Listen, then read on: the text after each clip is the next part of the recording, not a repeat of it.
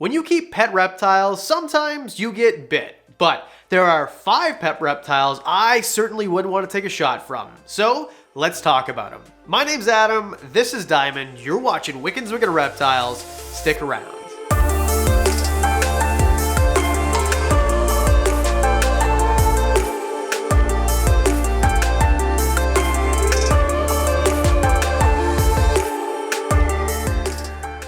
If you watch this channel at all, you know Diamond has bitten my ear on camera lots of times, so we'll go over the difference between defensive bites and food bites, but I want to make something clear. All of these animals on this list could be kept and they're all awesome. I'm not trying to discourage you, I'm not trying to paint them as these evil monsters.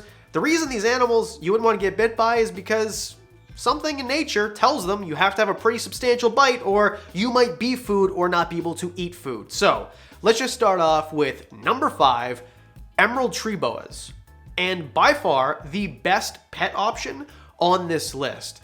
This is a snake that has arguably the largest teeth of any species of snake that is not venomous. And I say arguably because there might be outliers of other species, one of which we'll talk about in a little bit. So in general, I would say probably the biggest teeth. Like, I'm probably showing a bunch of pictures here. You wouldn't want to get bit by these teeth, okay? This animal will do the least damage on this list of all the other animals. I just think that they are beautiful. I think of all pets, if you want something that you don't want to put a ton of work into to handle or tame, and you just want to enjoy looking at, like a living piece of art, well, this might be the best snake for you. They're not huge, somewhere around 6 feet. There are outliers. Amazon basins sometimes get to like 9 or some say 10 feet. So it just depends how big of a snake you want. And we will get to bigger ones, but this one, it's not going to kill you. Even though the bite probably sucks, I've never been bitten by an emerald before, I would imagine it's not fun, but you will not die. They cannot constrict you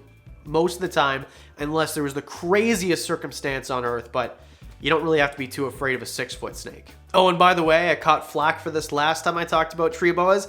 You can have them become handleable. All I'm saying is it's not like a ball python where you'll just pick it up off the expo table and it's gonna be good. It's gonna take some work. Emerald tree boas are pretty awesome. Number 4, croc monitors. Now, crocodile monitors, really all big monitors could be on this list. The reason that I say croc monitors, stop. He bites my ear every episode. The reason I say croc monitors is because they have the biggest teeth of any lizard species on the planet. Bigger than Komodo dragons. Now, being bitten by a Komodo dragon would probably suck, but to be on this list, I'm talking about things that people commonly keep as pets. You can't keep Komodo dragons as a pet in a private collection, and for that reason, there won't be alligators on this list either. Most people don't keep those in their house. So not only are their teeth huge, but monitors have a very complex type of saliva. Now, there are debates if monitors are truly venomous or not, and I tried to research that to get a definitive answer for this video. I found studies from 2005 and 2009 saying that they do, and then I found studies from 2018 that says that it's inconclusive still. So if they're actually venomous or not, that doesn't matter. The point is the bacteria that they can deliver, where with a snake, it's gonna have an anticoagulant, you're gonna bleed a lot, you'll probably be fine, and likely very little chance ever of getting an infection. If a monitor bites you, it is a higher chance that you're gonna get an infection. Now that's something to worry about with a baby croc monitor, but Croc Monitor is the longest species, arguably, on the planet. Some say even longer than a Komodo dragon, not as heavy-bodied, but longer. They have these insane claws. So even if they don't get to you with their teeth, their claws are going to cut you up to the point where you may need stitches.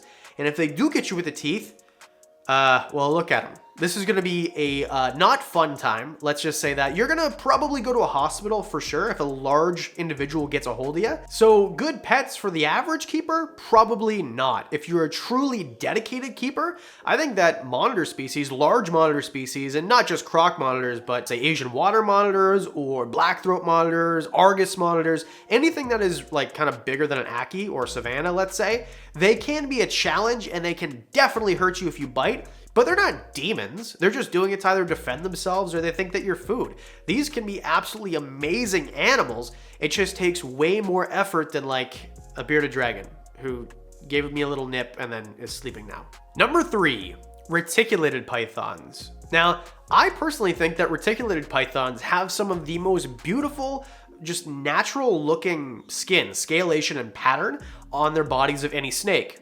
But the reason that they're on the list ahead of like Burmese pythons and rock pythons is because I think they're a little bit more likely to bite you. Maybe not than a rock python, but definitely than a burm.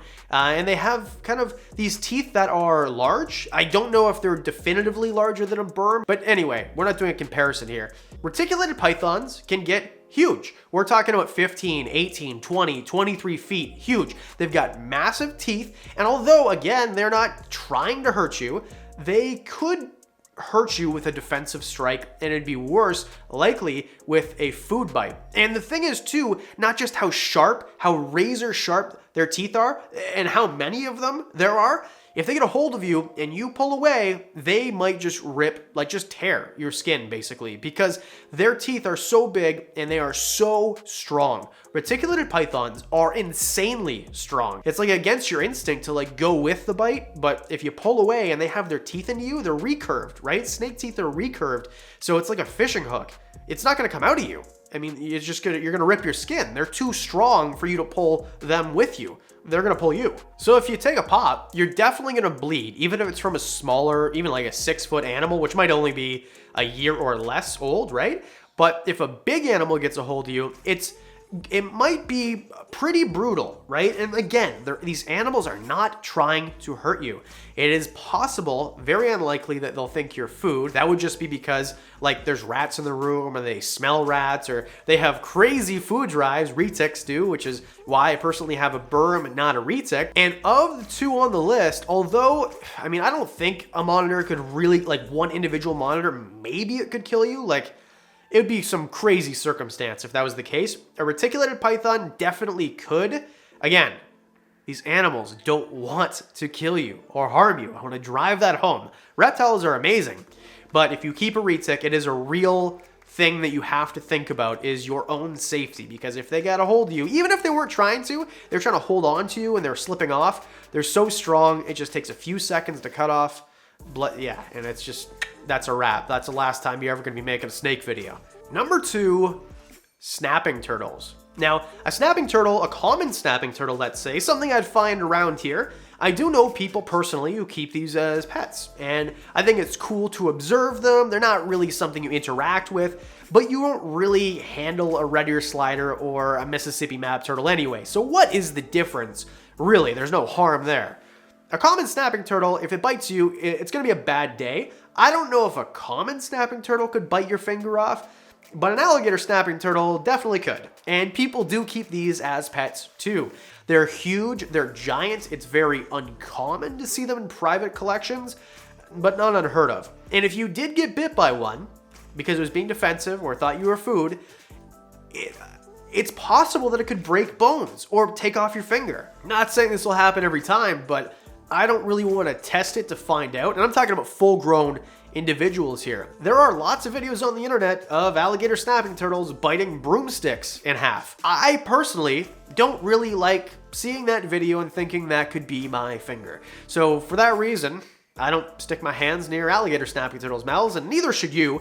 But I guess the thing is here, they don't have like razor sharp teeth. They're not gonna like chew on you. They're not venomous. They're not gonna give you an infection, probably, I don't know, maybe. But the thing is, it's just the crushing power. There's so much force behind it, even if it doesn't maim you, even if it doesn't take off a finger, or even if it doesn't even draw blood, man, it's gonna suck. It's gonna hurt a lot. So, I mean, I don't really think I need to go any farther with this. Snapping turtles, obviously, don't get bit by those. And number 1, reptile you do not want to get bit by, venomous snakes. Obviously, I could just pick one and like do the whole thing on that, but at the end of the day, you don't want to get bit by one. Now, there's a lot of other things that could have been on this list, crocodilians, or even rear fang venomous stuff, or like Gila monsters and beaded lizards, but I think like the number 1 thing, if I had to choose not to get bit by something, it would be like an inland taipan or a black mamba or anything really that I